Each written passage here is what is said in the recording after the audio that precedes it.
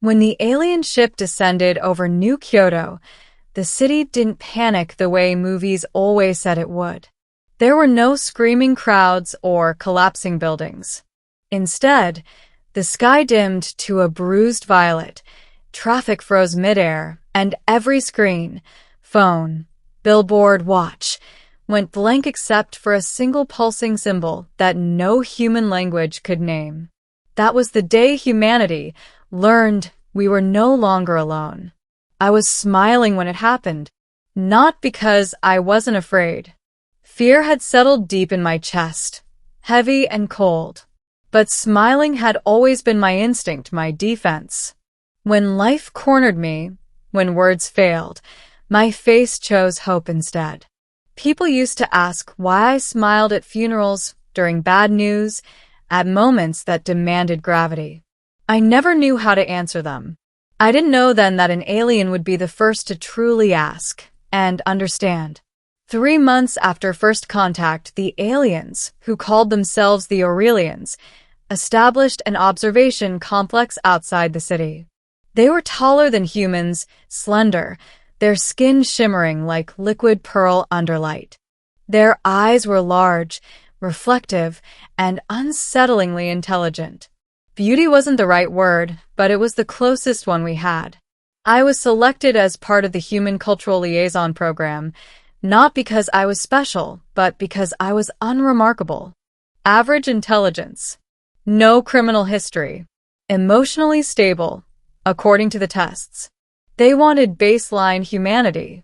That's how I met Salith. She was assigned as my counterpart, an Aurelian xenopsychologist tasked with studying human emotional expression. The first time we met, she tilted her head and studied me the way a scientist studies a rare specimen. "You are smiling," she observed. "I guess I am," I said. Her luminous eyes narrowed slightly. "Your biometric indicators suggest anxiety, elevated heart rate, and fear. Why does your face display joy?" I shrugged. "It's complicated." She didn't like that answer. Our sessions took place in a white, circular chamber with no corners and no shadows. Every movement was recorded, analyzed, translated. Salith would ask questions, I would respond, and every so often, she would pause to stare at my face. "You smile when recalling painful memories," she said one day. "You smiled when I informed you of Earth's potential extinction scenarios.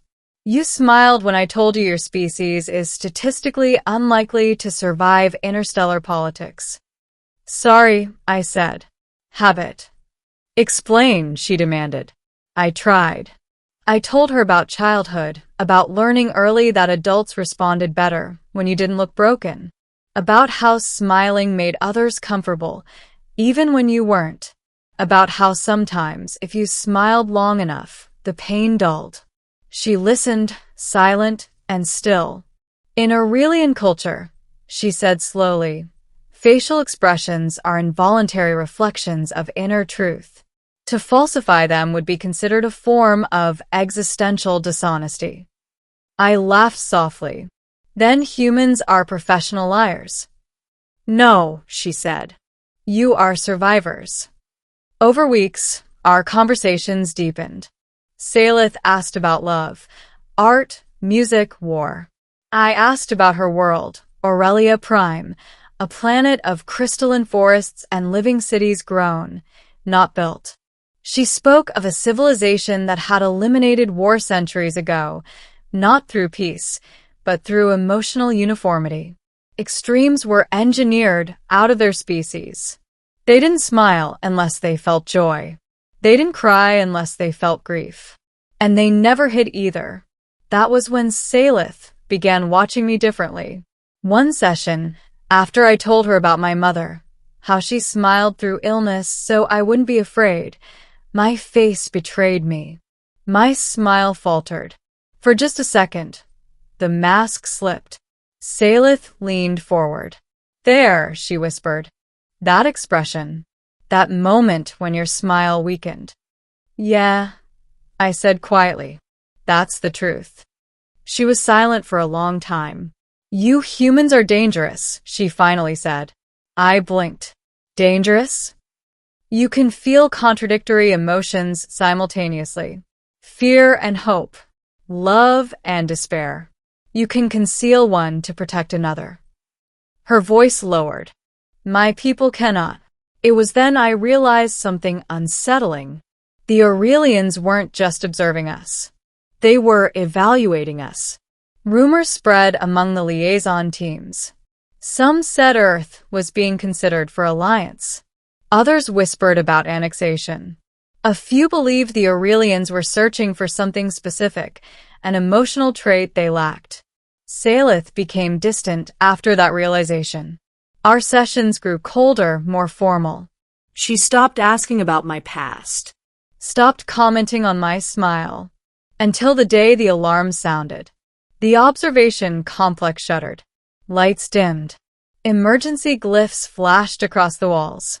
Human and Aurelian guards rushed through corridors. Salith appeared moments later, her expression unreadable. You must come with me, she said. Is Earth in danger? I asked. She didn't answer.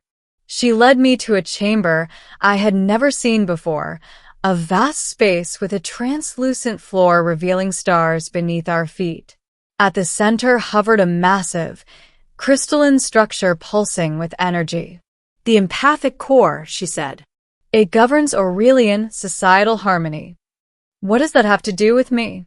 She turned to face me fully. Our civilization is dying, she said. The words hit harder than any alarm. We eliminated emotional extremes to end suffering, she continued.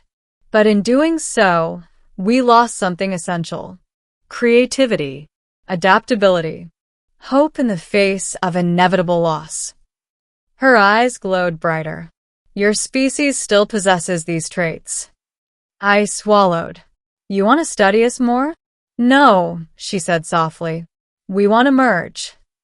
The plan was terrifying in its elegance.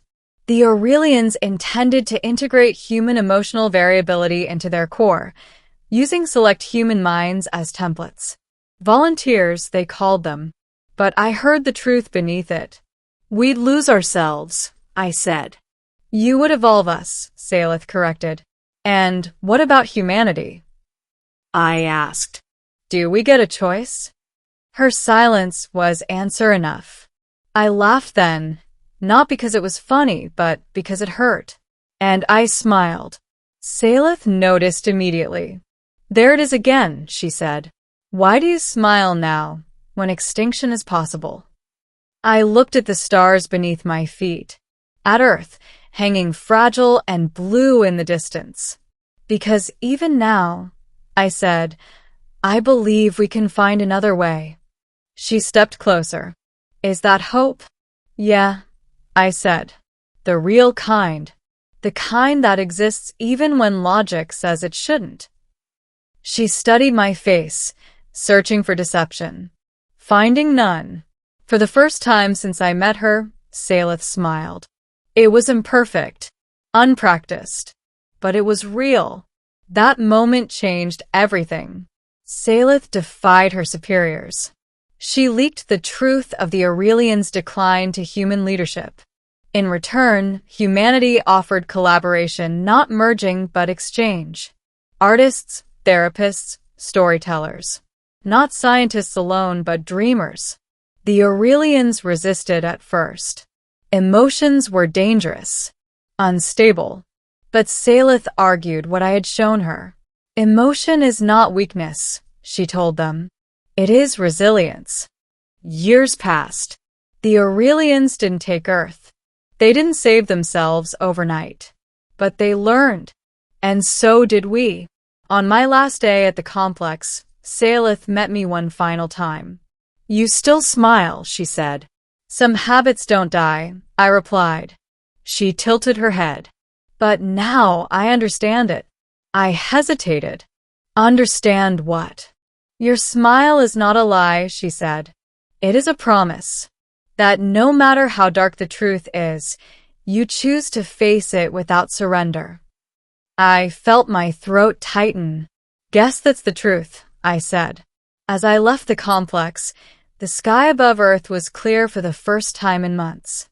No alien ships. No symbols. Just clouds. And somewhere out there, among the stars, an alien civilization was learning to smile, not because everything was perfect, but because they finally understood why we did. And that was enough. The end.